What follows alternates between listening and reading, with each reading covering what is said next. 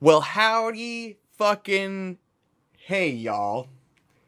Uh, it's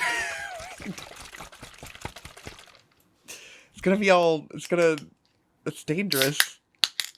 Nah, it's non-carbonated. I guess it's fine. It's all It's got fizzy a little now. foam in there. That's a barista.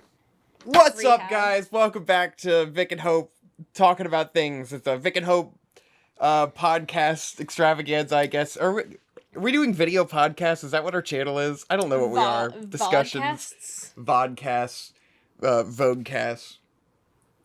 I don't know. Anyways, welcome to another Vic and Hope video podcast thing. Wow. We're gonna keep it pretty loose on this one because it's gonna be long. It's gonna be real wiggly. Yeah. Like those jello hands that you used to slap against the wall when you were a child.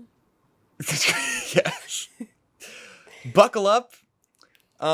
Chill. Sit. Have a drink. Maybe put this on in the background. Make yourself some tea. Because preferably not with milk in it, because that's gross. We're gonna be here a minute as we talk about. I'm sure you know from the title and thumbnail. I don't know why you have to explain what the video is in the video, thus prolonging getting to the point even that's more. for our viewers that can't read. Yeah, for the viewers who can't read. They just see your face on the thumbnail and go, oh yeah, I want to watch that. Yeah. So, I got us a subscription to HBO Max, mostly to watch a bunch of cartoons that I didn't feel like watching through illegal means, like everyone else is doing. I doubt anyone is paying for this fucking service except for us. But I'm gonna let you know if it's worth paying for HBO Max. Depending on if you have our very specific tastes. Yeah, if you're a fan of cartoons, they've got some pretty sick shit up there right now. They have some good exclusive shit. They've got some good new exclusives. Like Hulu and stuff has had old shit for a long time, but Hulu is a pain in the ass. Because if you don't want to pay a stupid amount, you're just drowning in ads, and it's the worst experience ever. Yeah, their new UI also makes me want to bang my head against a wall. Yeah, they still have a better backlog catalog of cartoons, I think, than HBO Max. But HBO Max has been bringing it with the originals, as these services tend to do when they launch. Who knows if they'll end up having enough original content to justify continuing and not just illegally downloading this shit later on.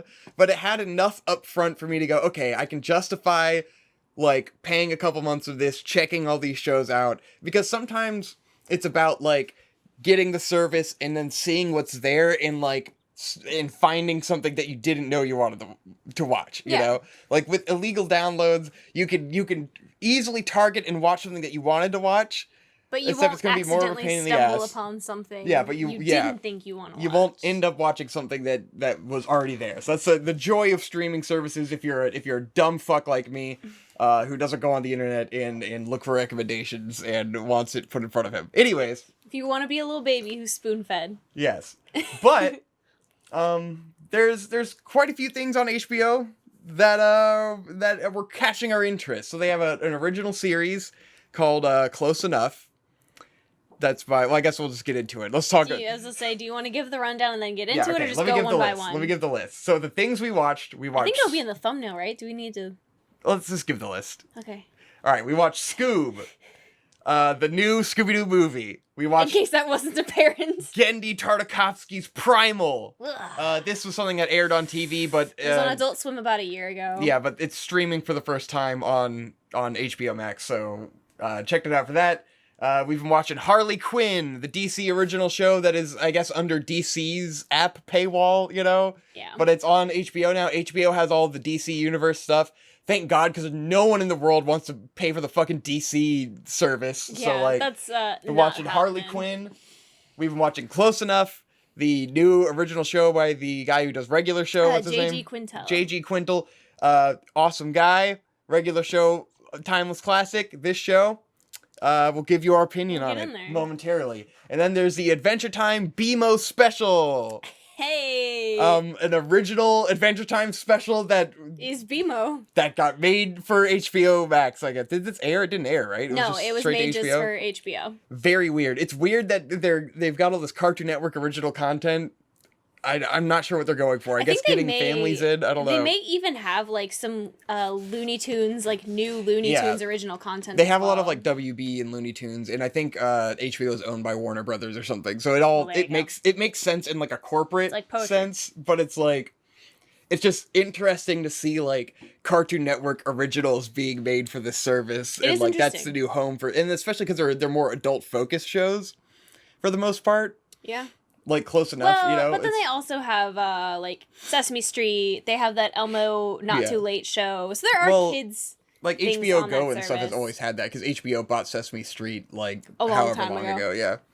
But anywho, so without further ado, let's get into it. What should we talk about first? Probably Close Enough. Let's talk about Close Enough. Yeah, let's talk about Close Enough.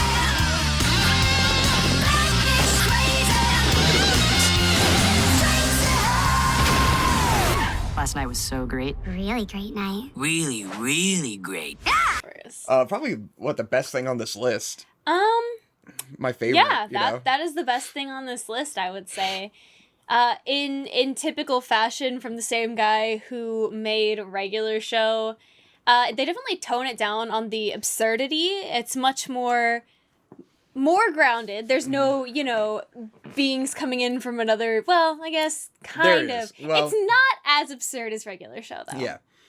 So, it follows the same format. Like, episodic plot format that Regular Show did. Because Regular Show's episode format was always, like, start at the beginning, very small, maybe with some candid stuff that's not involving a plot yet, build into a plot, and then, like, some surprise subversion will happen where like a character or a monster or a supernatural event is introduced and that drives the plot, you know? And then everything goes off the rails from there. And this is a similar format where it's everything except for I think the last 2 episodes was all like 15-minute 2-episode chunks. Yes, and then the last episode is a 2-parter. Yeah, so it mostly follows that format of like it never gets dry because it like each episode is fast. Yeah, and I love that they did that because so many of these adult cartoons go for like the 23-minute episode and they have to pad it out with B-plots and all this bullshit. Yeah. It's really obvious that Quintel is really good at the 15-minute setup from working on Regular Shows so long. So like you said, he's got that perfect formula, he's got that perfect sense of timing, and he can just like absolutely streamline it. And then it's got the same art style as Regular Show. Yeah. And then it has his voice, because he voices Mordecai. Voices the main character. And then he voices this guy. So it's like Josh. watching like a sequel to Regular Show where Mordecai has gotten a wife and had a child, which that's the plot of this. So in spirit what it is. So the show is about a family. It's a millennial dad and his wife and his daughter, and then they're living with 2 roommates who are a divorced couple. Who are the guy is what? He's like is he a professor or something? He is a professor in like philosophy? Yeah. And then the girl is just like a fuck off rich girl. Yeah, who, like, she's one of those fucking trust fund babies, basically. Yeah. And so it follows their misadventures, and they're very fresh, good characters for this format. Like it doesn't feel like. So if you look at Solar Opposites, it's coming at it from a similar angle. It's a new web streaming original series by a guy who did a good show that you like, and it's going for an adult family comedy sort of genre.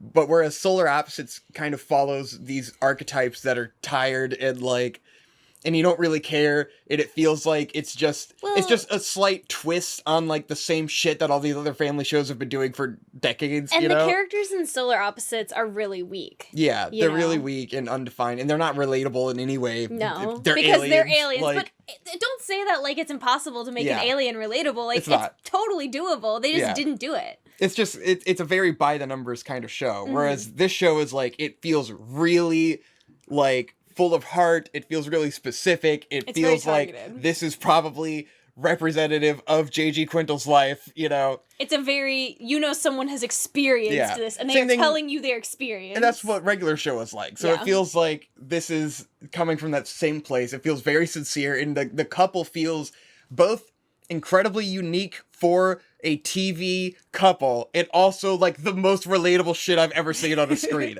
Like it is an encapsulation of what the millennial couple is, you know? Yeah. Like the millennial married couple that like the boomer married couple of the past of Family Guy of all that shit is so unrelatable and so disgusting and weird. Yeah. And this is like finally our generation represented on screen as like this is what millennial couples are like. We're a bunch of goofy fucking wacky idiots.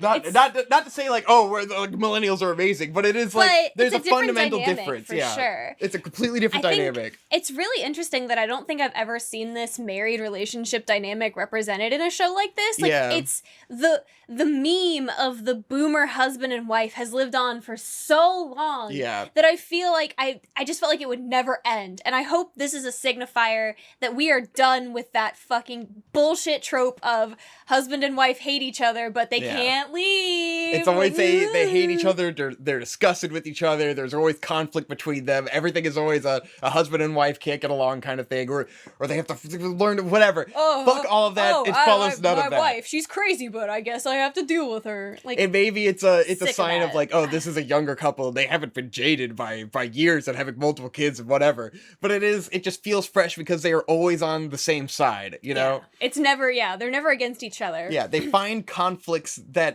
have to do with being parents and have to do with their relationship, but it's not them fighting each other all the time. It never becomes adversarial, even when it could. It could take that turn where she's like, where one character could be like, well, you're being a fucking idiot. Yeah. But it doesn't go that way. Because there's like a midlife crisis episode towards the end where like the main guy is like a failed game designer. Basically, I can't remember what he does now. He works at Geek Squad. Yeah, he works for Geek Squad. His name is Josh, and his name is Josh. Our friend Josh IRL is like basically literally is his character, but he works for Geek Squad and he's a failed game designer and he's always working on his game. What's the ladder game? Where it's like you climb ladders in VR. Yes. It's always like some really stupid specific thing. But there's an episode where we find out his backstory. And he had been developing by himself like this amazing game that everyone was hype about. And then he was demonstrating the prototype and it completely failed and it ruined him. And so he's like having a midlife crisis of trying to return to that game. And like, of course, the avatar of the game is like manifested in real life and is making him go insane. And like, classic regular show plot. But like, definitely, that episode had the biggest potential for him to be like at odds with, be made with into the the wife. asshole. Yeah, to be made into the asshole, and it doesn't. She's always with him, and like they're always friends. And they always come to a good understanding in the end. Yeah. And very refreshing. Very refreshing. Oh we are a couple that does not argue, you know, and like our dynamic is not represented in any of these fucking shows. I've never seen a dynamic like that represented in American media.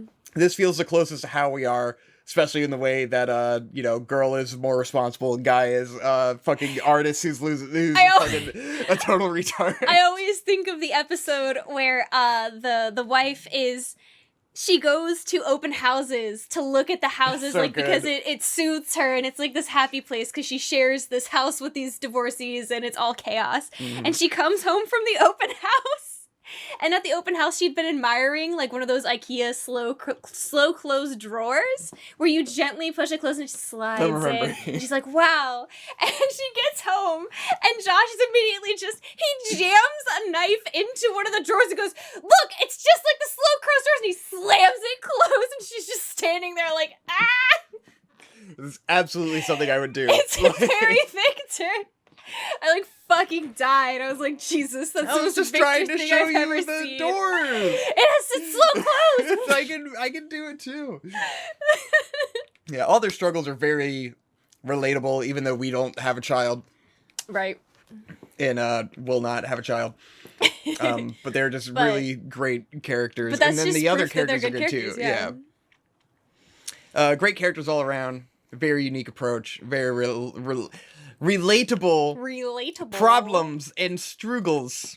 Very millennial content. Perhaps it might the season finale might be the most millennial thing I've ever seen. Oh God, yeah. All about how the two main, like, the main character, Josh, and the PhD guy, their friendship is based on Jim Carrey movies, and it's just a Jim Carrey themed episode, and I was like, I've never felt so seen. To acknowledge that really a whole, like, generation of idiots, their entire sense of humor is based on one man in, like, 5 movies. And the fact that it's, like, it's mostly centered around the cable guy. Which is, like, fucking the best Jim Carrey movie that everyone completely overlooks and completely shits on. Yeah.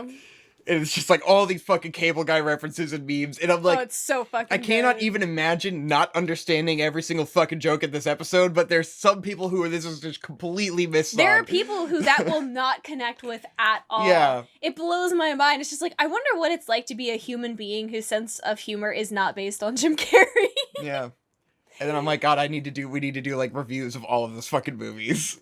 Oh my God. Because now I'm like, good. you know, like, do Zoomers know? Do Zoomers know Jim Carrey like we know Jim Carrey? That's what I was wondering. I don't know. Because, like, I wonder if to them, because Zoomers would have had, like, shit Jim Carrey, you know? Yeah. Like Mr. Popper's Penguins and, like, shit like but that. I always imagine, like, it's you know, parents are showing kids these things, you know? So, That's like, true. if it's millennial parents, they're obviously showing their kids Ace Ventura's Pet Detective. Yeah. Like, well, I mean, you know, I was watching it when I was a kid. I don't know if it's completely appropriate for children, but, like... My dad showed me Dumb and Dumber when I was probably, like, 7 or 8. Yeah, so. it's like, I literally, like, my earliest memories are Jim Carrey movies. When you're a kid, you don't get the sexual stuff, so it's fine. Or you fast forward through it, because you're just like... If you guys are wondering what my personality, like, how I came to be who I am, it's Jim Carrey movies, Ninja Turtles, like, this is how I grew up. This defines my sense of humor completely. Do you think the secret to a good marriage is Jim Carrey movies? Perhaps. Perhaps. This is how we were destined for each other. Yeah. You know, when we met, we didn't both know that we were Jim Carrey fans. Like, we could have not possibly known, you know? It's true. There's no way. Like, growing up, no one I was around ever was, like, into Jim Carrey, so I don't know. Interesting, yeah. None of my friends were obsessed with it. I never even thought about it, because I just love Jim Carrey movies. Like, I never even thought about the fact that other people might not like them. Like, I know, it's really bizarre to think about. Whoa. I think maybe one time I forced my best friend to watch Dumb and Dumber, and she didn't get it. Wow, what an idiot.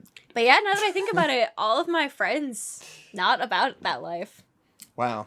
Maybe Jim Carrey isn't as ubiquitous as I figured. Yeah, I mean, Ace Ventura, When Nature Calls, you'd think, like everyone has to see that movie, right? I mean, like, it's I would like hope so, it's right? like the Jim Carrey movie. I mean, it's the movie where it comes out of the fake elephant's butthole in front of a family on a safari.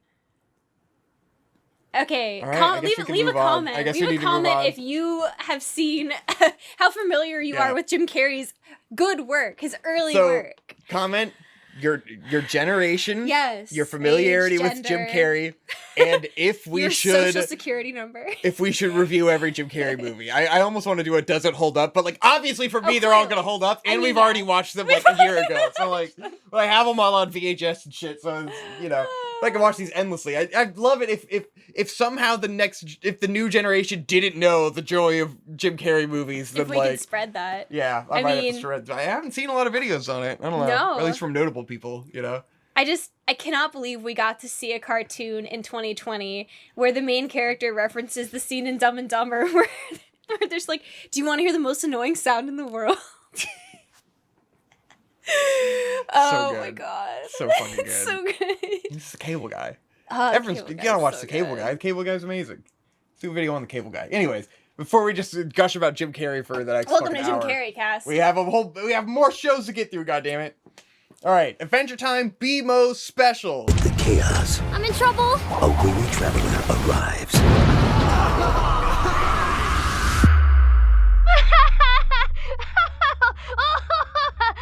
Phew, I thought that I was too spread for sure. What'd you think? It was pretty good. As a one-off, it was pretty good. Yeah, I thought it was alright. It was an odd thing to revive the show for. I agree.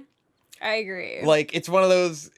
It feels like we threw a whole bunch of money into this so that you would revive Adventure Time for a special, you know? But it's like they didn't really wrap their heads around the fact the story was, like, literally completed. Like, it was wrapped up so perfectly that there's nothing you could add except to do a prequel. Well, I figured they would do a far future sequel. But then with, there's like, no those other recognizable characters in it, and that's not Well, what it still people could have want. had BMO, because BMO was still BMO is alive eternal. That's and true. met the new, like, Finn and Jake representative. So I figured they would do, like, a special of, oh, this is the future, and maybe we would see, like, a Legend of Finn or something, like, you know, have, like, another sort of closure episode, even though we already got perfect closure from the series. But, like, this one, it doesn't address it till the very end, but it is a prequel. It is a direct prequel to Adventure Time.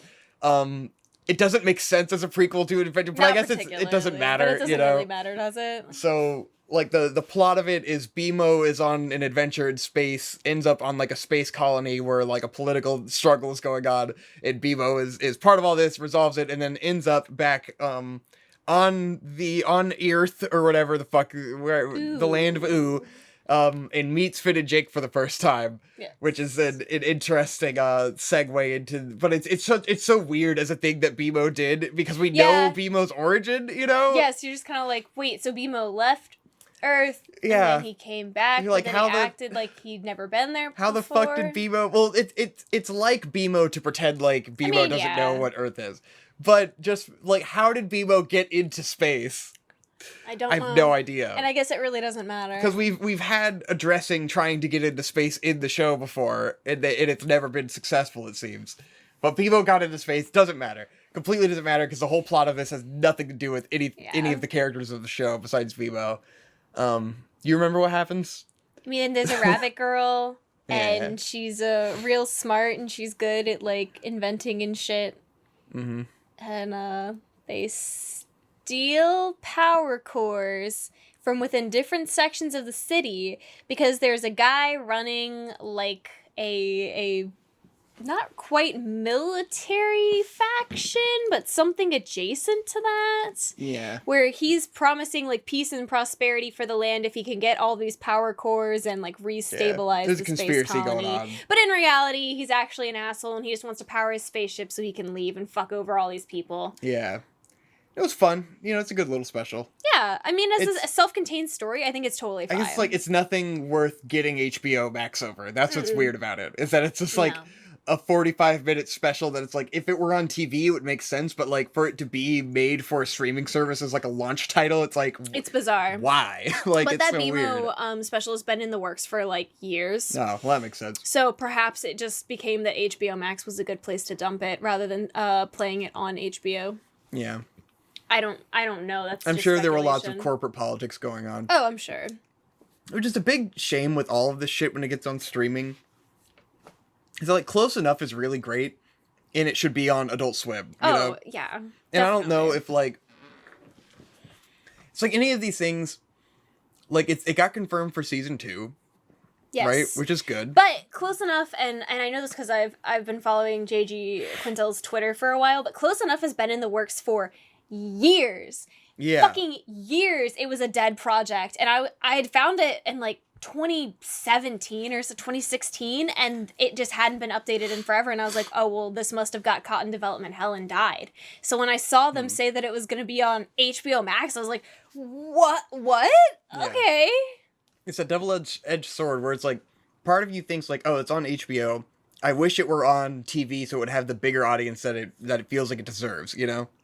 Because it feels like this thing is just going to be on HBO, and like a very small percentage of people are going to watch and appreciate it, even though it's really, really good. Yeah. And more people should be watching and talking about it. But it's behind this fucking paywall on this service, and no one's going to check it out and recommend it, you know? Mm. But then it's also like, it probably could not have been made if not for being an exclusive on the service. That's the double-edged sword of something like this, yeah. It's only because it's HBO Max that it was probably even able to be made. Which is why it's surprising that it's really good. Because something like... HBO gives you more freedom than most. Well, it reminds me of like the revival of Community or something, where it's like, it got brought back for Yahoo Play or whatever, which was a failed service, and it's like, this thing that was completely unnecessary, no one liked it, you know? Because it was just like, revived for this streaming service and forgotten about in literally, you know, weeks. Who gives a shit?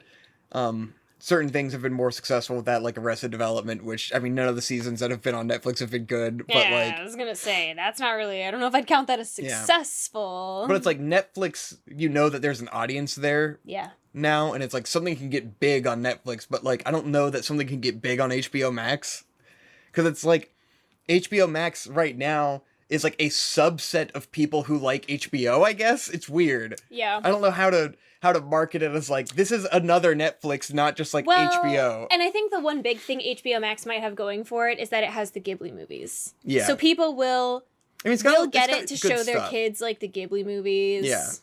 It's just, it's gotta get legs like Netflix has legs, and that's hard, you know? Yeah. Because Netflix can pump out so much original shit, whereas HBO has like a couple original things and like the HBO stuff. But like HBO, they have nothing exciting coming out right now. You know? HBO is so huge though that I think it's just a matter of time. Yeah. I feel like they're definitely going to be better about producing original content than something like Disney Plus. Yeah. For sure. But along that line, since we're talking about that, another show that's probably had a similar treatment, Harley Quinn.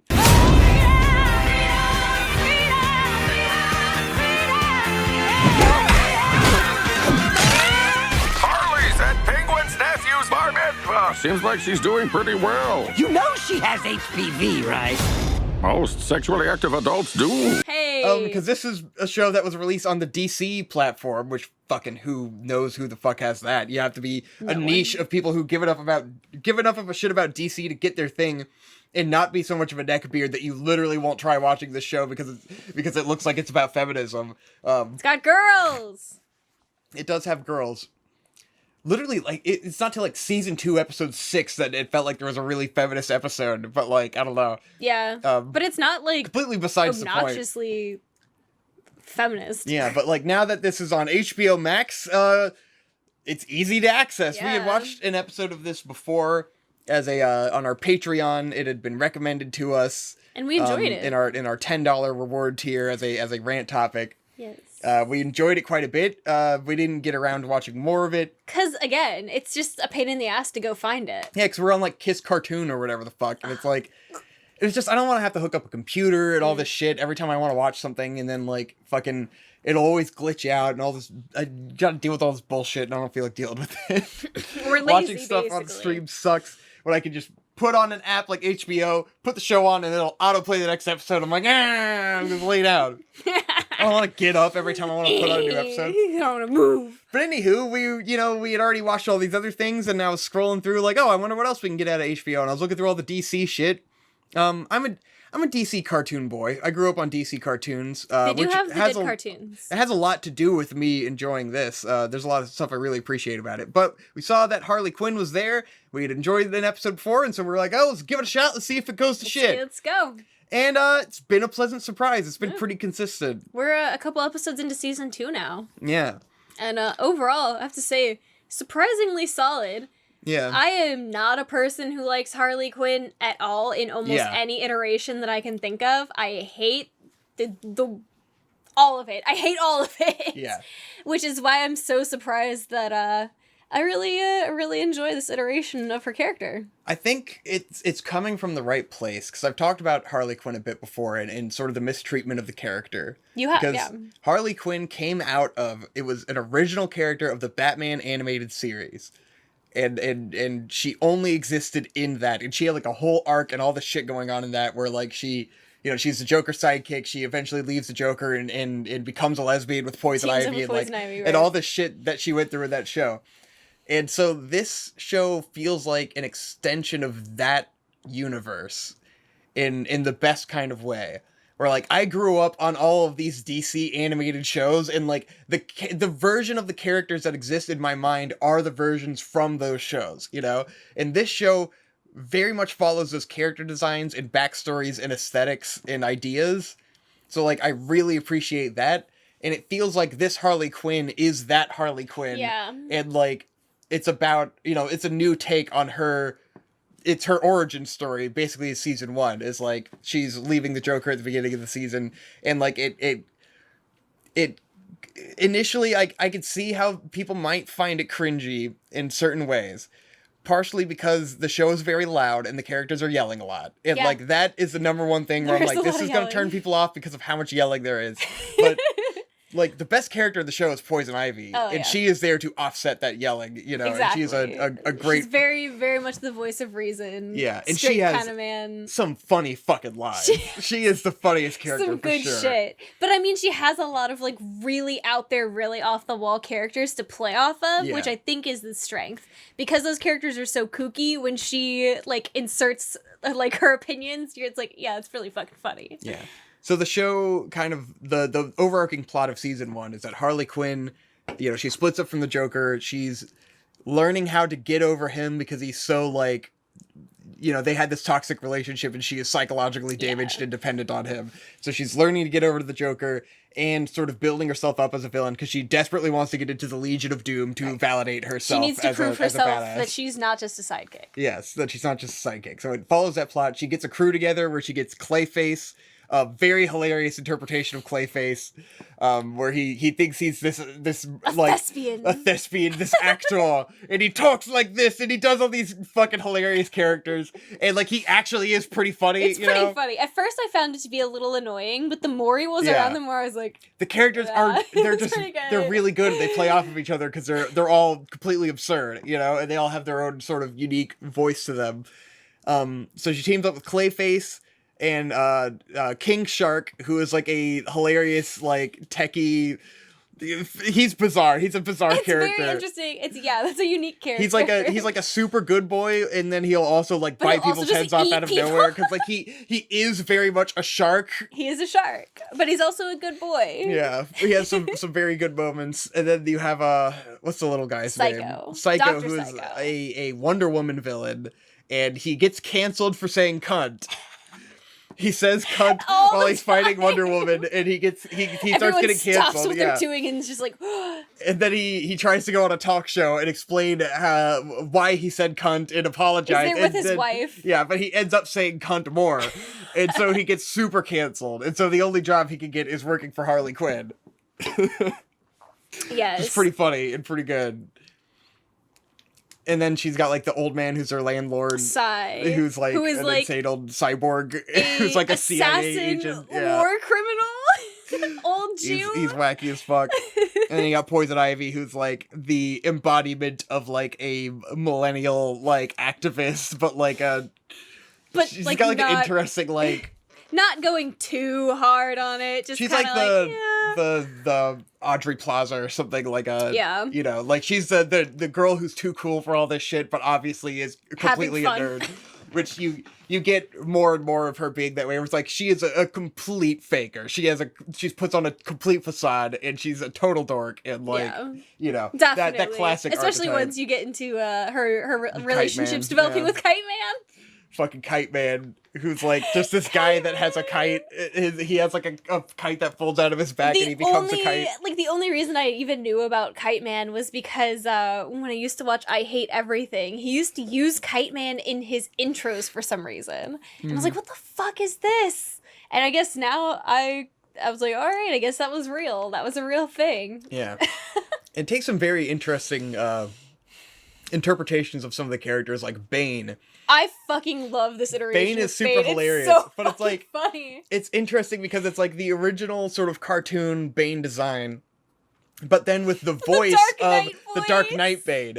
But like he's like turned up to 11, like adorable retard mode, and it's just like such a bizarre, hilarious character. Fucking the scene the scene where they're inducting Harley into the fucking Legion of Doom, and there's that scene where Bane tries to make a joke, but then he ended up just mumbling for 15 solid seconds, and that was the most hilarious shit I think I've heard in a long time. Bane is pretty fucking funny.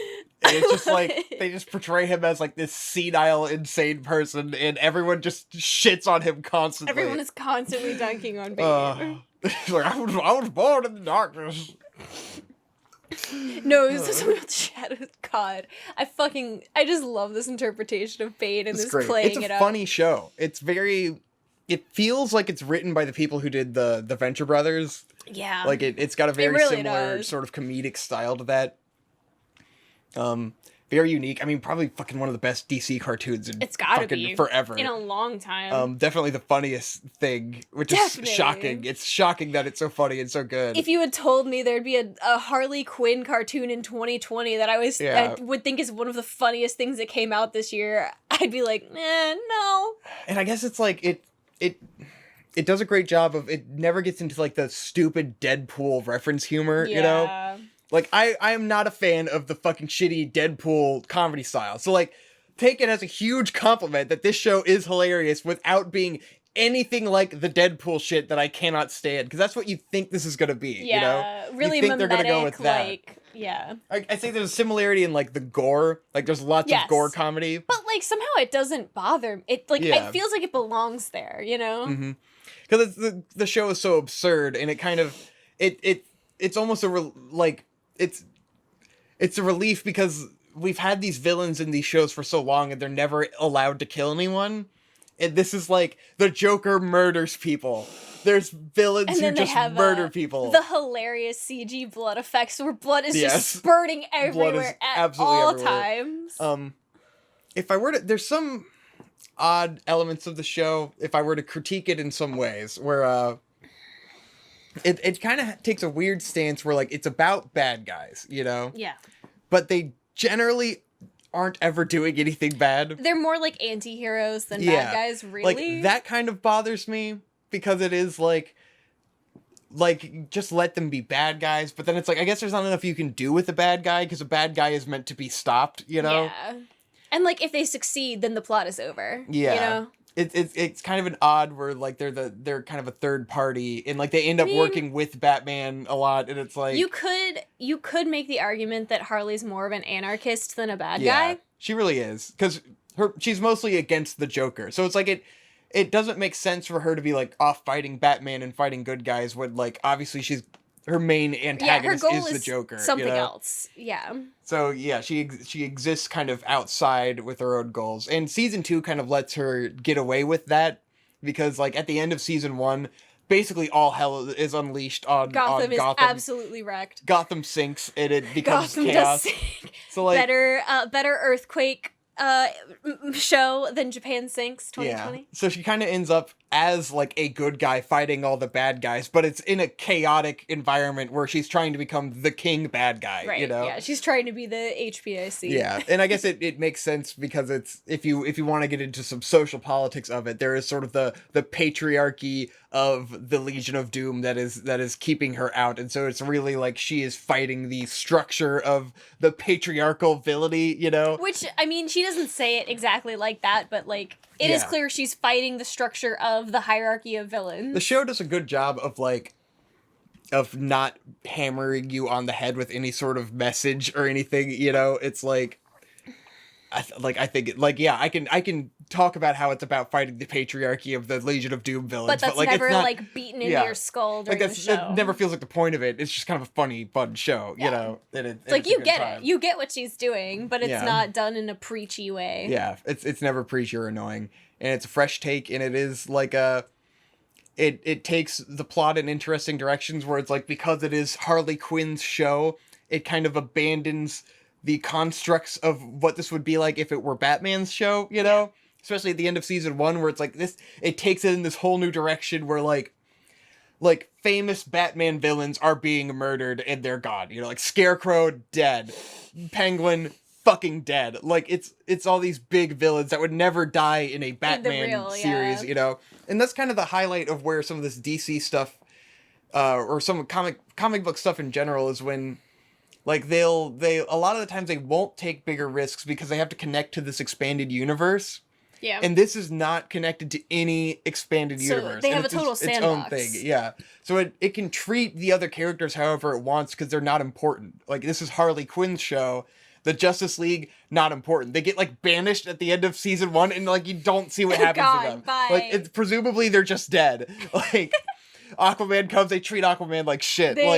Well, that's nothing new, but... Yeah, they do whatever they want with these characters because it doesn't have to be beholden to any sort of expanded storyline, and that's kind of refreshing and good. Nice.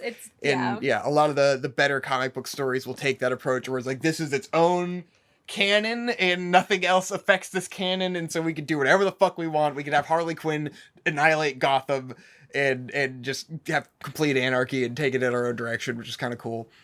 Yeah, but fun show. Good shit. I can't wait to finish season 2. Maybe after season 2 we'll do a season 2 review. Yeah. Yeah. It was great. I've been enjoying it a lot. It's a lot of fun. I nice to have highly something... recommend if you're into funny adult cartoons with violence and great one-liners and shit like that. You know, if you're into the Venture Brothers, I guess. Oh yeah, if you're into Venture Brothers, similar. You'll pretty much dig this. I think it's nice to have a show that you can just reliably put on and know that you'll get a couple laughs out of it. Mm-hmm.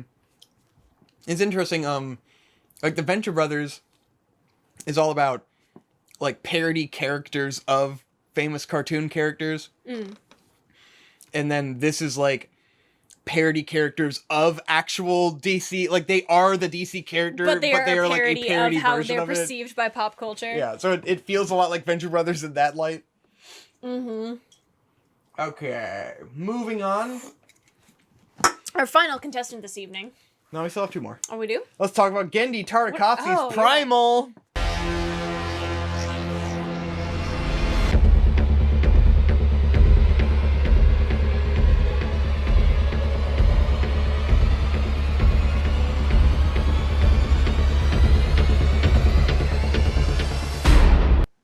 Wow. So let me get in on Genndy Tartakovsky. I don't know if like Zoomers really give a shit about him. Do Zoomers like Samurai Jack? I don't know.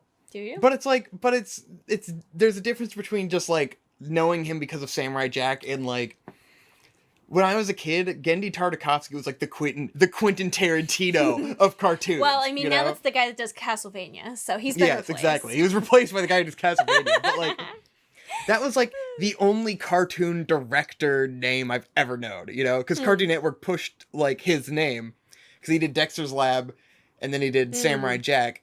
He got real big from Samurai Jack, and then he did the Star Wars: The Clone Wars OVA thing. I didn't know he did Dexter's Lab. Yes, he did. He did Dexter's Lab. Which is interesting. He's had his hands in a lot of shit. I never really liked Dexter's Lab that much, so that's really yeah. Well, really that was that was just like a straightforward cartoon. Yeah, I mean, I know. Like, I just thought it was interesting. Progressively, like he's sort of that auteur in the way of like you can see the grip loosening on what he's able to do, and he can do whatever the fuck he wants now. You know. Yeah. Which is what makes him kind of that auteur director of cartoons. The Quentin Tarantino, yeah. But Star Wars: The Clone Wars OVA series was a promotional thing they did when the Clone Wars movie was coming out. Yeah. And this was around the time Samurai Jack was still airing. And, like, this was the first time they pushed his name, like, hard. The creator of Samurai Jack is doing this thing that's like a 5-episode OVA, gonna air every day special, you know? It was like the first time Cartoon Network did some shit like that. Which American animation doesn't usually do that, Yeah. so it's really interesting, It was especially really for unique. that time. And, like, it was a really cool OVA where he had, like, obviously insane creative control, and they had, like, silent episodes and stuff, and episodes that were just...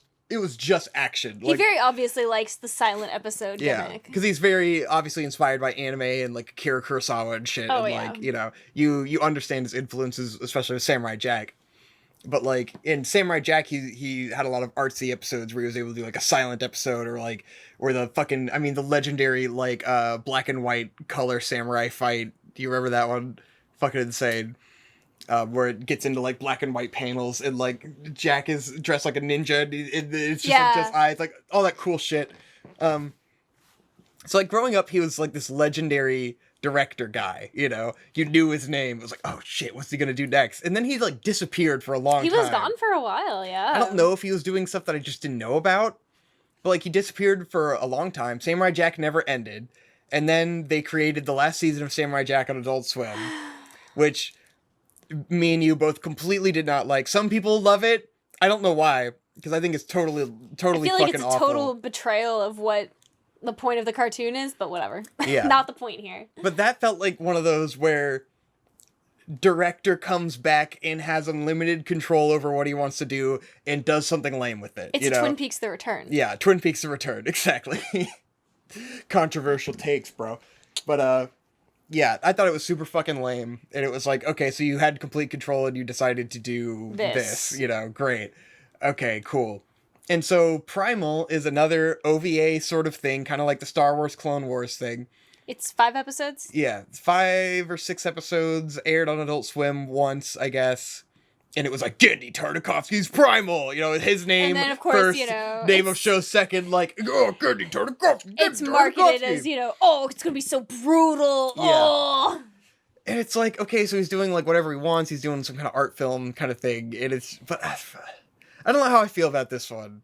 I am pretty indifferent to this one. I appreciate what it's doing and how different it is, and that it's a series with no dialogue. Yeah. That's cool. That's a unique idea.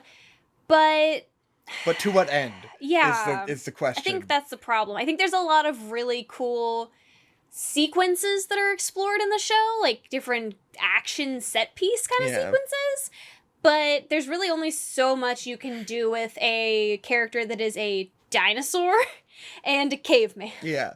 I guess it's a lot of ideas with nothing to say. Yeah. And it's one of those where it's like you decided to do something kind of artsy with like the most basic idea possible with nothing really going on. It's certainly aesthetics first and then like deeper meaning afterthought. And it still feels like a weird Samurai Jack cartoon, but then it will like have turbo violence, and it's just, I don't know, it's odd. Yeah. And it has a particular aesthetic that is just like, Certainly. I don't know. Like, I love Samurai Jack, but like, this isn't Samurai Jack, you know? Right. You kind of just right. do wish that you were watching Samurai Jack while you watch Primal. Yeah. Because it's like, you don't empathize with these characters the way you empathize with Jack. Yeah. Obviously. It's like, it was cool when Samurai Jack does a silent episode, because Samurai Jack was this experimental project that did all kinds of different things, you know? Watching, like, 5 silent episodes of this thing about dinosaurs, I don't really care, you know? I'm just kind of watching this like, why? And when you get a silent episode in Samurai Jack, you're really invested because you've already spent so much time with Jack as a character, and you know him, you get what he's about, and you're totally in his corner. Where in this case, you're just kind of like, I'm just watching a caveman who I know the odds are totally against him, and he's probably gonna die. Yeah. So... Because it's like, it's this revenge story where in the first episode, the caveman is on his way home, and then his family is eaten by a big dinosaur. Big dinosaur. And then he's like, he's out hunting, and he almost kills this dinosaur's family, this other dinosaur, but it turns out that was a good mommy dinosaur. And she was just protecting her baby dinos. But then the big dinosaurs come out, and they eat that dino's family. And so the caveman and this dino both fucking go nuts, and they kill the big dino that killed their family, and then they kind of team up as like as a duo at the end of the first episode. And it's like, all right, it's about this guy and this dinosaur.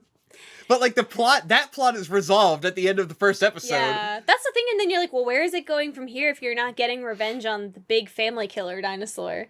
I like the idea that this big dinosaur exists to destroy families. Yes. That's all it does, it just hunts down families and nothing else, and then just eats your kids and leaves. Yeah.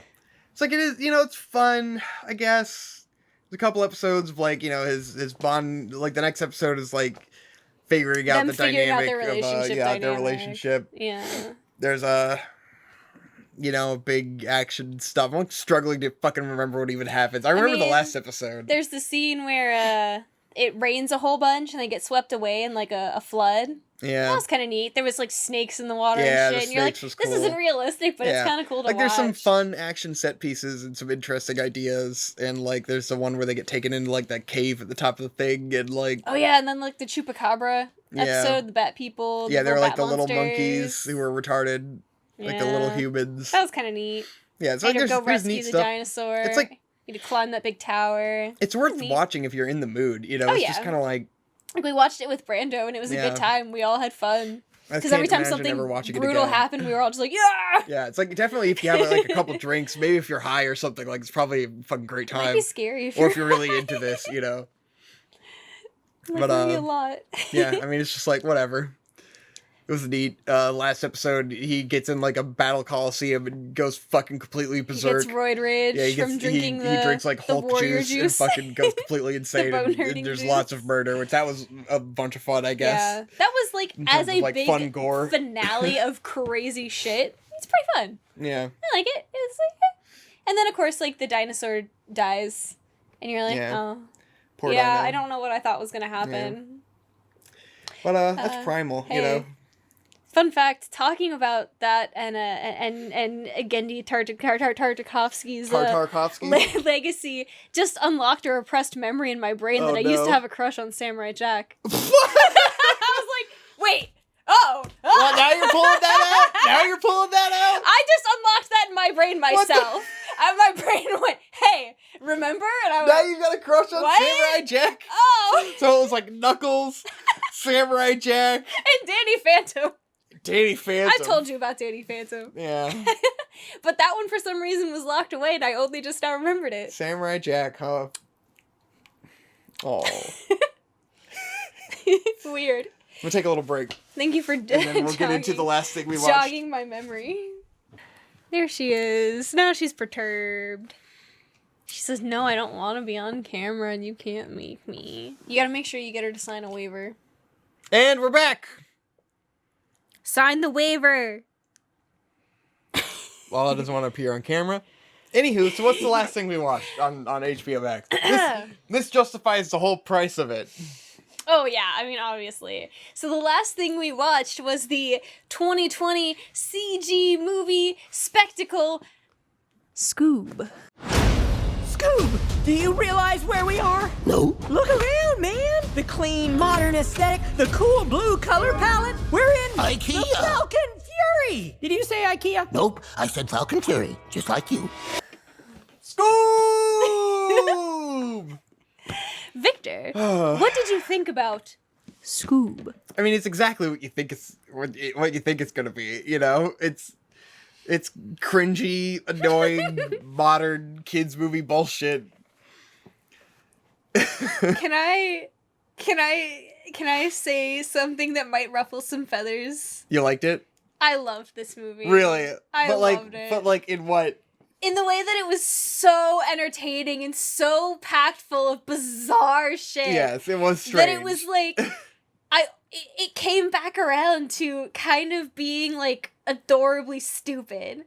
And I was kind of endeared to it and how fucking dumb it was. I guess like how inept. My odd feeling with Scooby-Doo properties is like, on the one hand, it's like this is a shitty, ridiculous movie. That comes full circle into being like so insanely absurd. But on the other hand, it's like everything Scooby-Doo is shit. Oh yeah. Like this is a shit IP, you know? Oh, it always has been. It always will be. So it's like, in terms of handling a shit IP, I guess it's not that bad, you know? I feel like I appreciate the weird ideas that they went for. Yeah. Even though there was a lot of like questionable decisions made. I guess it's so... But I kind of like how weird it was. Like, talking about Scooby-Doo. Like, Scooby-Doo criticism. It's like, let me first recognize that criticizing Scooby-Doo is absurd. It's ridiculous. It's like it is not good. It's never has been good. It's insane. 40-year-old Hanna-Barbera IP. Yeah. It's like the idea of criticizing Scooby-Doo already absurd. That being said, let's criticize Scooby-Doo because like this movie follows a classic sort of like annoying modern movie conception, I guess, that like it has to be big and epic. Like every kids movie now has to be big and epic and have this huge finale with all this action and shit, and it's like it's this reboot of Scooby-Doo the franchise, you know? It's an entry point. It's a reboot. Right. And it decides on movie 1 to go so big. So fucking big and insane. It like really has nothing to do with Scooby-Doo. Not at really. all. Like nothing to do with Scooby-Doo. Conceptually in any way, just that it has literally Scooby-Doo characters in it. Yeah. But it's really more like this big, crazy, like cartoon universe celebration movie, you know? Yeah, I think they knew the focal point that they should focus on was Scooby-Doo, but they wanted to include all these weird side characters from shows no one gives a fuck about. Because it's like, if you want to reboot Scooby-Doo franchise, you'd think you'd go for like a Scooby-Doo movie plot, you know? I mean, you could always do a sequel to Scooby-Doo on Zombie Island. Oh, wait. Oh, no. But, like, logically, if you were to continue down a path of making Scooby-Doo movies, you should probably make a Scooby-Doo movie. Nah. You know, like, if this were, like, a movie, and then it, like, was paired with the TV show, you know? And, like, you watch the movie, and then the TV show airs a month later or whatever, the TV show would be so radically different from what the movie is that you would be shell-shocked. Because this movie has nothing to do with the aesthetics or, like, anything to do with Scooby-Doo at all.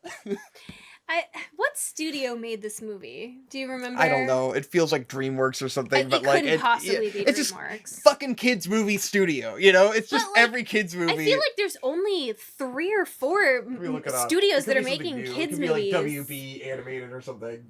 You know what? That might actually be the case. And the reason I bring that up is just because this movie looks the way CG animation looked in like 2010.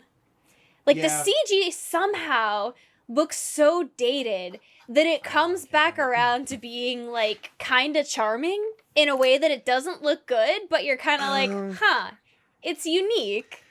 I guess it's like, it's fine. It's one of those where it's like, they try to cover everything up with lighting effects. Like the Ratchet and Clank movie, where it's like, it doesn't look great, but they try to throw all these lighting effects in there to make it look like it's like well done in some way. Yeah, like but they're like big budget. It's, you know, it's whatever. Film. I like that they go for like the cartoon art style aesthetic of all the characters. You know, they didn't try to make Scoob like a fucking like Sonic the Hedgehog real dog. You know, like a Great Dane. They kept the art style intact. Kind of shit the bed on Velma a little bit. Had to make her a POC. Had to kind of, you know, not the hottest Velma of all time, but a fine, serviceable Velma. Not the highest tier Velma, gotta say. I am a connoisseur of Velmas, okay, guys, not my favorite Velma. Leave a comment if you want Victor to make a video rating all of the incarnations of Velma from least to most The hot. Velma tier list. I need the Velma tier list on who is the hottest Velma. She's right here with me. It's the hottest Velma right here. Anyway, I will say, one of the things that is sincerely disturbing about this movie is baby Scooby. Oh god. His proportions are the things of nightmares, and I am very afraid of him, and I am afraid that he may have cosmic entity powers. Yeah. The thing that bothers me the most about this movie is how much Scooby-Doo talks. He talks way too much. Like, he talks a lot, and he Holy sounds like a shit. freaky old man, and it's very jarring and disturbing and not okay. Yeah, I'm not really honestly sure. I mean, I know why they went with the choices of the voice actors that they went with. I know why you chose Zac Efron instead of the person who's been voicing Fred for 30 years, but didn't do much for the character in that regard. Yeah, Shaggy's voice is awful. He's very, like, kids movie washed. Sort of like Ratchet and Clank washed, you know, where it's just like they take out, like, you know, Shaggy is a dumb fuck stoner. Like, there's nothing to Shaggy, you know? He's a simple character. He has simple motivations. This has to be like, oh, we need to take Shaggy and make him Hiccup from, you know, How to Train Your Dragon. Like, he has to be like kids movie shit where it's like, oh, he just he just wants a friend. Oh, it's all about friendship and it's like Scooby-Doo has never been about anything. No. So like, you know, it's just it just feels unnecessary, you know? I feel like the guy who's voice acting Shaggy in this movie is just one of your friends who thinks he's really good at doing a Shaggy voice. Yeah. That's what it's like. Yeah, it feels like some guy tried to do Shaggy.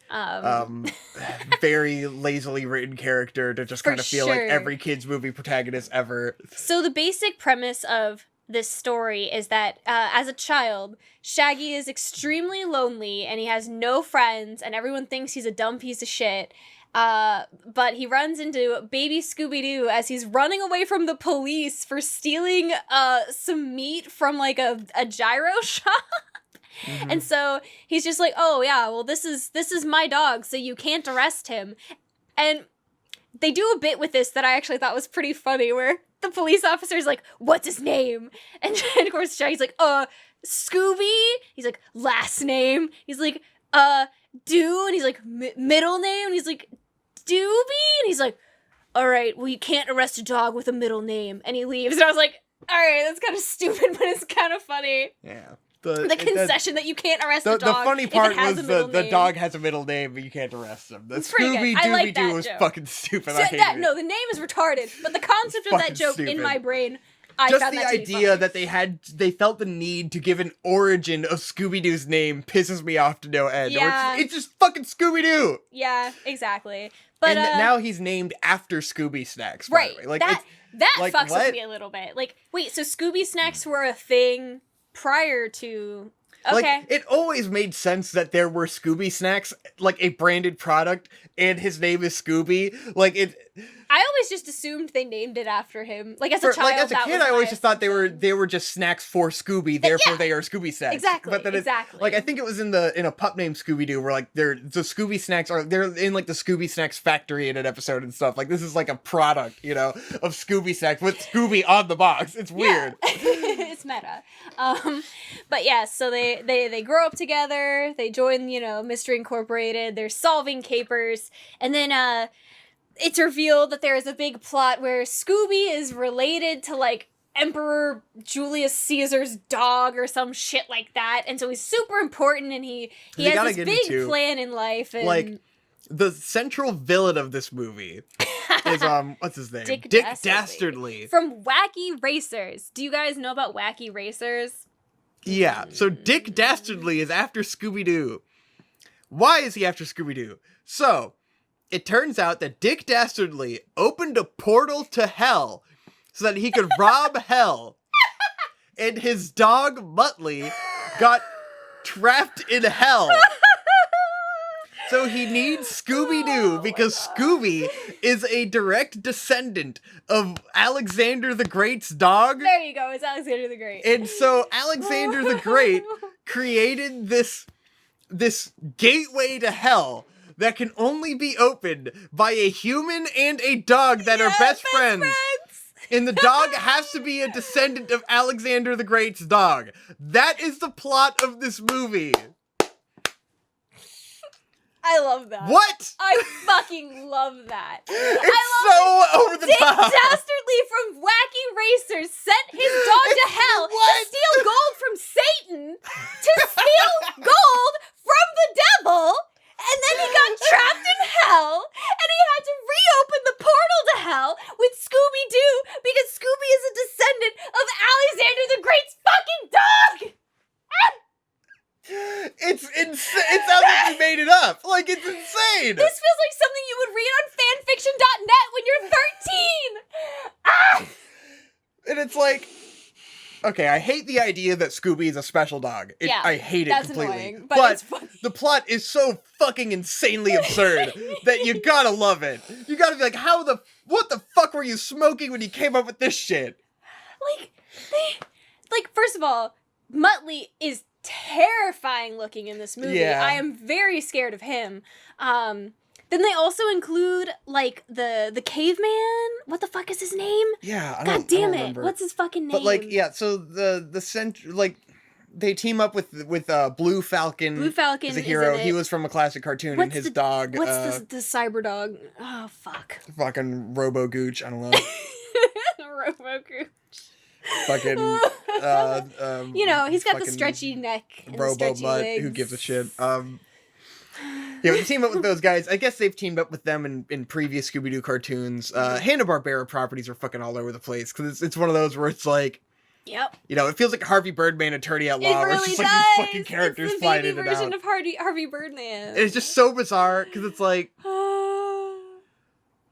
I don't know. Oh my I don't God. know So- what motivated them to do this. Really, this movie didn't need any of the other members of Mystery Incorporated at all. Yeah. Anytime you're hanging out with them, like, it feels like a total aside. They really don't have anything to do with the central plot until the very end. They do more, like, Fred wants to fuck the mystery machine shit. I don't Yeah. know what the deal with that Why is lately. is that the new Like, big thing everyone wants to latch on I guess to? Fred really wants to fuck the mystery machine. He's like a car sexual. I guess. I don't know what the deal with that is, but it's like a running theme in these It really, Scooby-Doo movies it's now. a little disconcerting that that's what they chose to hang on Fuck to. the mystery, and then like at the end, the mystery machine becomes like a flying Tesla or something, which is Yeah, annoying Elon and Musk. stupid. Speaking of, Simon Cowell is in this movie Yeah, so what the much. fuck? Why? Yeah, so the original plot, like, they're asked to go on this mission by Simon Cowell. Who is just himself in the movie. And they're coming like, Simon Cowell! Simon Cowell! Well, I think Simon Cowell was Dick Dastardly at the beginning. Like, he is... Dick Dastardly does dress up like Simon Cowell at some point, You're and right. at the end, they pull up Dick Dastardly's and mask. it's him, but then and it's it was still Simon Dick Cowell, and then, Dastardly. there's another Yeah. mask. So I don't know if Simon Cowell at the beginning was Dick Dastardly, but Simon Cowell is all over this fucking movie. Why? Simon Cowell God, is in a why? Scooby-Doo movie where Scooby-Doo is the son of a god tier dog, and he opens a portal to hell, and he fights Cerberus, and he almost gets trapped in hell, all because someone tried to steal gold from Satan. Yep. So I'll definitely say this is way more enjoyable than Return to Zombie Island. That was dog shit. This is at least like a competent movie. If you're a kid, I imagine you'd love this movie as a kid. I don't see why you wouldn't, you know? It's a perfectly serviceable children's film of the modern age. I fucking love this movie, dude. Yeah, it's pretty ridiculous. It's so insane. Handled the characters fine enough, I guess. I mean, it totally, the characters are, especially, it's Daphne totally, and Velma were babes. They were nice. It's complete, one-note shit. Yeah. But it's a kid's movie. It's 100% a kid's movie. I like the portrayal of Daphne because she didn't feel like she was just like a dumb bitch valley girl. Yeah. She actually made her, seemed like a, like really nice. She was the empath. Yeah, they gave her like a characteristic which she's never had before. Yeah, wow. Like Velma's always been the smart girl, and then they turned that up to 11. But like Daphne like actually had a purpose. Oh man! know? At the beginning of this movie, when the gang first meets, it's Halloween, and Velma is cosplaying Ruth Bader Ginsburg. Yes, that was great. I love this movie so much. Holy shit! It's a lot. I mean, I'm glad we got to watch it for free on HBO Max, but I Yeah. might have paid $20 to see this had I known what I would be in for. I don't know, but then there's that like. Ooh. There's so many parts where it just becomes like big action set piece in it, and I gloss over, you know, and I'm just like, well, I'm gone. Like I can't pay attention anymore. I feel like that is true, but Like, I there's love, enough like- shit packed in between there I where you're love just like, on paper like the plot of this movie and how insane it is, but like when it gets into big action scene, I'm just like, I don't fucking care. yeah, I mean, that's Like, not what matters, you know, clearly. the experience of watching the movie is not as good as like the ideas found in the movie and how completely insane they are, and the places it takes that. So it's quite absurd. I mean, I've been gushing about this movie. Did you have any thoughts? I mean, I kind of gave Yeah, my nothing thoughts. else, you know. I mean, Your I've been giving personal. thoughts. My personal How thoughts. do you feel about it? Where does it rank in the mythos of Scooby-Doo? I don't know. I mean, I guess it's got to be really high because everything in Scooby-Doo is shit. Is it like below a pup named Let's Scooby-Doo? remember that when I was a kid, the big blockbuster Scooby-Doo movie that came out was a live-action film that was a fucking nightmare. Yeah, that was terrible. Two Scooby-Doo live-action films that were a fucking nightmare and were some of the worst movies ever put on the screen. You say that, but like I went to go see that first movie in theaters, and I was genuinely like so off-put by it as a kid that I was just like, I was deeply off-put and offended, and I hated those fucking movies. It was like weirdly sexual. Yeah, they were was gross. Strange. Because it was that weird like 2000s like kid property where they're making it for like this is like adults, you know. Yeah. And like the kids won't understand these jokes, but like you you catch do. the vibes. You see them, you're like, I don't like this. You catch the one when Shaggy gets body swapped into Daphne's body and then looks down her shirt, and you're like, I'm like 7, dude. Those were such gross, weird movies, and Scooby was terrifying in those movies. So it's like, this handling of the IP is so much better than what we've had in the past, that like, it's fucking Scooby-Doo, who gives a shit? This is amazing. This is amazing. This is an amazing Scooby-Doo movie. I love that I've made you come around from this being a piece of shit to being amazing. It's like it is a piece of shit, but it's Scooby-Doo. Scooby-Doo's always been shit. It's like Sonic the Hedgehog the movie. It's like, yeah, this movie was amazing because Sonic is shit. Sonic sucks in every iteration. We haven't had a good Sonic in 30 years. Of course this is the best Sonic.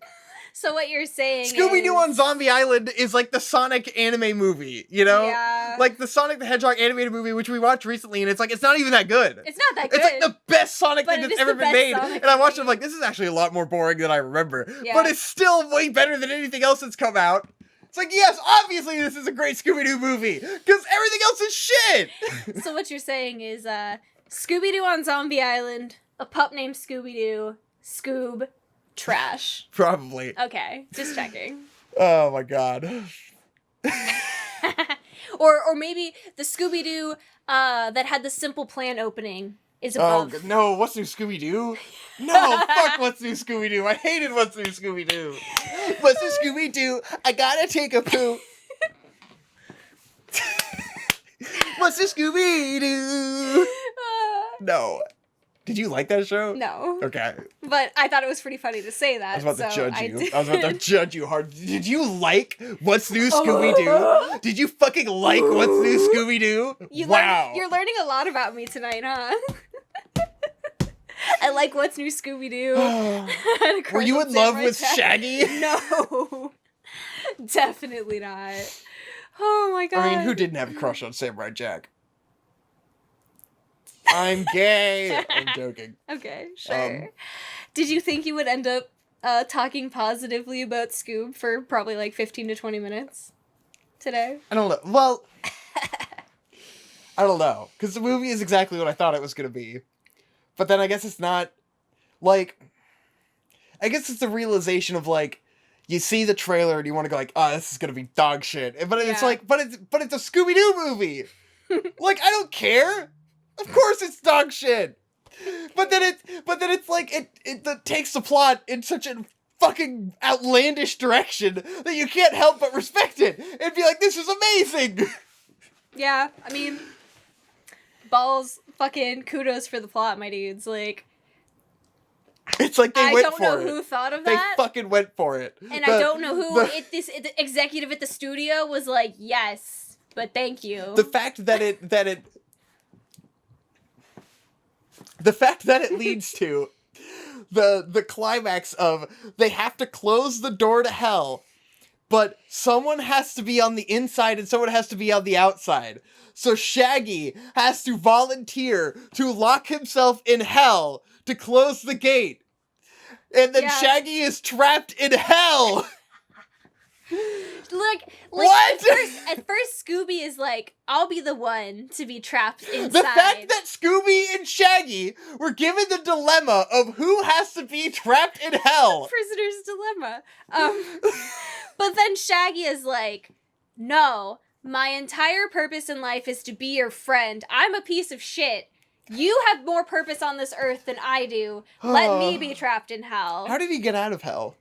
Wasn't it just Plot like magic? literally that he was like... He was such a good friend that Satan was like, that he got out of here. hell. He like magically got out of hell through friendship.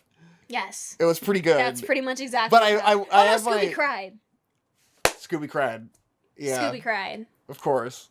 But my fan theory is that this version of hell works on supernatural rules. Yes. Where even though Shaggy was only in hell for like a couple hours in our world, like that amount of time in hell time is like it's 1,000 years. So, you know, Shaggy went from being tortured to being the torturer, and now he's mentally scarred, just like fucking Dean from Supernatural. Yeah, sorry if you guys haven't watched like 10 seasons of Supernatural. Sorry if you haven't watched season 3 of Supernatural to see where Dean gets trapped in hell. Like the best part of the whole fucking show. I'm damaged. Damn. Feel for you, Dean. Oh, man. I love this movie. Scoob! That's it for HBO Max cartoons. Overall, would you say this service is worth your $15 a month? Certainly worth the 7-day free trial. And then canceling it. Like, that's the most optimal way to watch all this shit for sure. But yeah, considering that, like, just seeing Scoob on Amazon or whatever would cost you $20, like... It's paid for itself in the first month. It's definitely, worthwhile. especially if you haven't seen the HBO catalog, Yeah. like the HBO, like I was already paying for HBO Go, and like I'm paying a little bit more for HBO now, but I'm getting all this cartoon shit. Tempted to watch some DC stuff, but I don't know if any of the recent stuff is good. And you weren't into the DC animated cartoons before when I tried to put them on, but maybe you would be now. What one was that? Which one? We've went to sleep to Batman and stuff, right? Or was that just Probably. me? I don't know. Yeah, I think we this have. stuff is good. That whole fucking Well, 90s to 2000s DC canon was fun. yeah. But there's a lot of it, so I don't know how worth it is to go through it. And it's not all as good as the new Harley Quinn show, because it was, it was just a kid's cartoon stuff, but like they were good cartoons. And you get to, like, that's my favorite iteration of all these fucking DC heroes, was these cartoons in the late 90s and early 2000s where they actually gave a shit about these characters and treated them well. So it's like my mental, like, understanding of Superman and Wonder Woman and all of these, like, Justice League characters is from those cartoons where they were really cool people. And I'm like, I wish they would do that again forever, but they just get perpetually more serious and lame over time, and they just never get back to, like, the fun of Justice League Unlimited, where, like, fucking Batman and Wonder Woman are fucking crushing on each other and shit, and, like, and these characters had purpose. With, Superman is superheroes. fucking Goku, and, like, fucking... You got the Martian Manhunter, and he's got all this shit going on. Anyways, whatever. Maybe we'll watch Justice League. Justice League is great. Yeah, That's the best Justice entry League point. was good, as I recall, when Yeah. I watched it as a kid. It's just a cartoon with a lot of love and care put into it, and some good plot arcs, because it was like the climax of, like, all of those shows built in an extended canon to the Justice League, where the Justice League, like, resolved all of the characters, like, plots and shit, and, like, big 4-episode, like, plot arcs, where it's like, this is Wonder Woman's plot arc for 4 episodes, and now we got a Superman plot for 4 episodes, and, like, it was good. It was good. Anywho, that's a story for another time. So, Victor, wrapping up here, how would you rank from best to worst what we have watched and spoken about today? Okay, I gotta get back to the fucking... Why is my mouse not working? Alright. Okay, so... I would put Close Enough at the top. That was my favorite. Harley Quinn under that, because I enjoy that a lot. Yeah. BMO Special, Scoob, Primal. Okay, yeah. Is that... What about you? I mean, I'm gonna have to say, because of how easy it is to consume, I put Scoob at the top. You're insane. Because for pure density of entertainment and ease You're of access, insane. you should watch Scoob.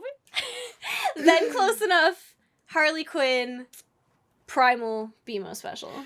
I don't think I realized just how excited about Scoob you was truly great. were. You should have was expressed great. more enthusiasm. We could have done our own It Scoob was video, but fucking great. I wasn't sure. I didn't realize just how enthusiastic you were about Scoob. It was fantastic. We could rewatch it and do a whole thing on it, do a whole Scoob analysis. It was pretty Do great. an anime done quick Scoob. Just on the basis of how brief it is. I You should can do watch a it, Scoob done quick. be done That with should it. be what I do, and then people actually watch our shit. Oh, absolutely. Scoob done quick would be hilarious. Yeah, all right, I'll Because do it's Scoob done quick. It's just like the Japan Sinks, in that it's super dense, a bunch of wacky shit happens, no one wants to watch it. Yeah. It's perfect. Well, so apparently fucking Japan Sinks is a masterpiece, and so no one wants to watch my video, and that's why. So great. Fucking go fuck me. It's Masaki Yuasa's best work. Alright, guys. Thanks for watching this HBO Max special. Check out them cartoons. Let us know what you think. Bye. Good shit. See Go ya. watch Scoob. Bye. Actually, instead of watching